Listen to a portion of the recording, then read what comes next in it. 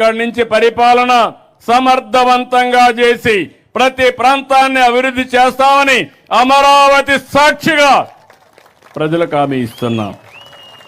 ఇక అమరావతి అన్స్టాపబుల్, ఎవరు స్టాప్ చేయలేరు. అమరావతి అజేయం, అద్వితీయం, భవిష్యత్ అవిరామం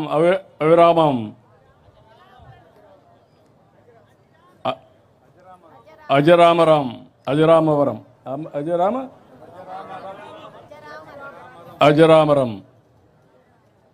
నేను అందుకే మీ అందరికీ చెప్తున్నా, మీరే చూస్తారు. హైదరాబాద్ నగరం 95/2004లో వేసిన foundation. Hyderabad plus Amaravati. Quantum వస్తుంది, ఒకటి కాదు, ప్రపంచం మొత్తం ఇక్కడికి వచ్చే పరిస్థితి వస్తుంది. నేను మిమ్మల్ని ఒకటే కోరుతున్నా, మీరు కూడా ఏమరపాటుతో ఉంటే మళ్ళా సమస్యలు వస్తాయి. అప్రమత్తంగా ఉందాం. మీకు నేను అండగా ఉంటా. ప్రపంచం మొత్తం బెస్ట్ ప్రాక్టీసెస్ ఇక్కడ తీసుకొచ్చి అమరావతిని బ్రహ్మాండమైన రాజధానిగా చేసి నా రుణం తీర్చుకుంటా. మీరందరూ కూడా సహకరించాల్సిందిగా. ఈరోజు నాకు ఎంత ఆనందంగా ఉందంటే, ఎంత గర్వంగా ఉందంటే చెప్పలేనంత గర్వంగా ఉంది. దానికి కారణం ఈ అమరావతికి శాశ్వతత్వాన్ని తీసుకొచ్చాం.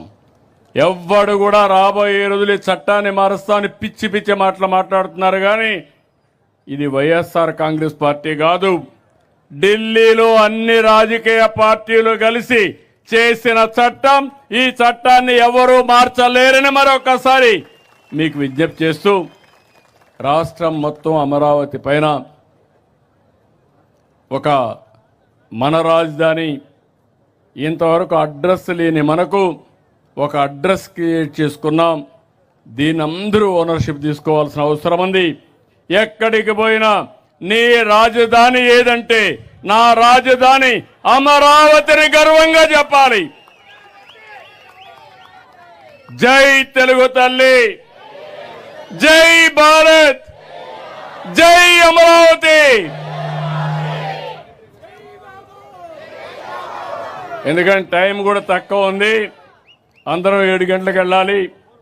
కాబట్టి మనం అందరం అక్కడికి వెళ్ళి ఆ కార్యక్రమాన్ని జయప్రదం చేయాల్సిందిగా మిమ్మల్ని కోరుకుంటూ అందరికీ నమస్కారాలు, ధన్యవాదాలు.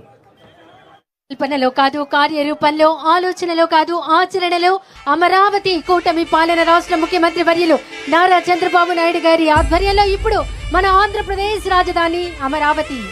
గౌరవ రాష్ట్ర ముఖ్యమంత్రి వర్యులకు, ఇతర మంత్రి వర్యులకు, మాధవ్ గారికి, అలాగే విచ్చేసినటువంటి అందరికీ హృదయపూర్వక ధన్యవాదాలు.